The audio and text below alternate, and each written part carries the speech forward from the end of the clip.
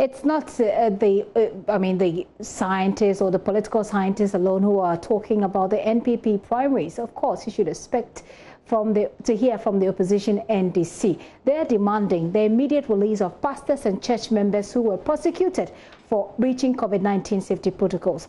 The party is arguing that delegates of the NPP primaries violated the protocols in the full glare of the police, and yet no arrest was made, a situation the NDC believes will thwart the fight against COVID-19. Communications Director for the party, Sammy Gyamfi, is accusing President Akufo-Addo and the police of selective application of the law. He's been speaking at the party's weekly press briefing.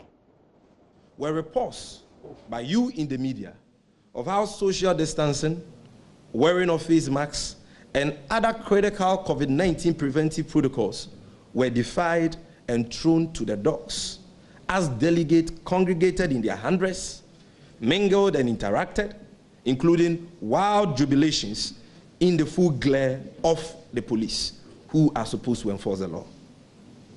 It is sad, cruel, and reprehensible for President Akufo-Addo, who promulgated the law, that is EI 64, which has led to the arrest, prosecution, and imprisonment of pastors and other Ghanaians, to turn around and supervise the flagrant violation of the same law by his party officials and members with the impunity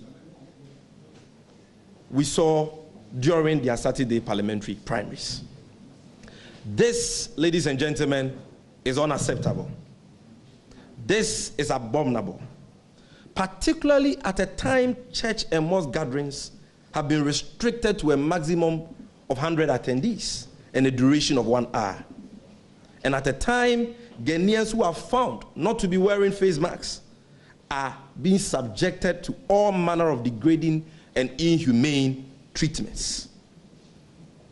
The recklessness and lawlessness displayed by the NPP during their just-ended parliamentary primaries, coupled with the selective application of the law on COVID-19 preventive protocols by our law enforcement agencies, make the imprisonment of pastors and Ghanaians who were convicted for breaching public gathering restrictions under EI 64 totally unjustifiable and unfair. And I think I must explain this for emphasis.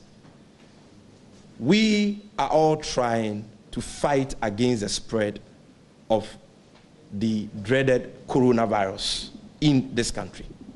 And so we are all making sacrifices, sacrificing our freedoms, freedom of religion, and so on, adhering to the precautionary protocols which have been outlined by the Ghana Health Service and the World Health Organization to ensure that we keep safe and protect, and prevent the spread of the virus. As a result, President Akufo-Addo has promulgated a law, EI 64, which has imposed restrictions on public gatherings and all that. Even though the restrictions have been reviewed, there are still restrictions. For example, we are not allowed to have more than 100 people in attendance in our churches and mosques and so on. And our pastors, our imams, are abiding by these things.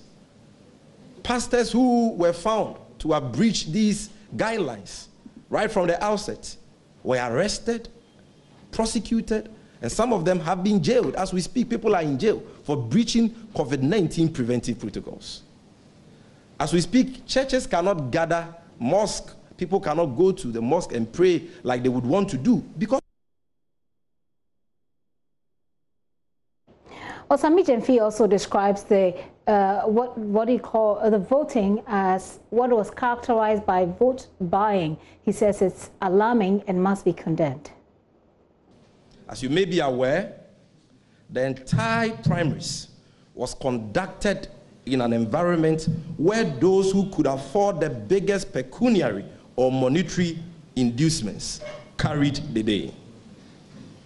Huge amounts of money, I repeat, huge amounts of money. In some cases, 6,000 Ghana cedis per delegate, 5,000 Ghana cedis per delegate, 4,000 Ghana cedis per delegate, and so on, exchange hands in the full glare of the media. while material gifts such as refrigerators, flat screen televisions, motorbikes, tricycles, and other valuables were distributed to bribe and induce party delegates.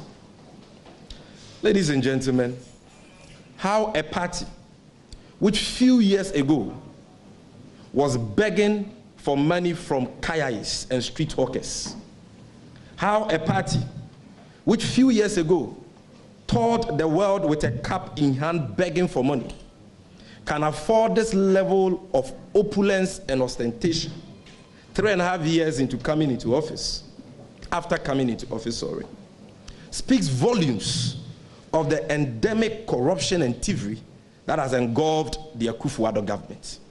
Because certainly, the money we saw them distributing, the flat screens, the motorcycles, the cars, and other valuables we saw them distributing, is not money, they had before they came into office. Clearly, this is money they have made in the last 3.5 years.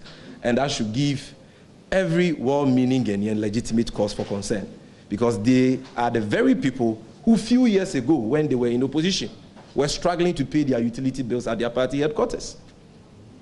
They were soliciting for funds from kayais. They went to China and other parts of the country with a bowl in their hand, led by Dr. Bawumia, begging for money.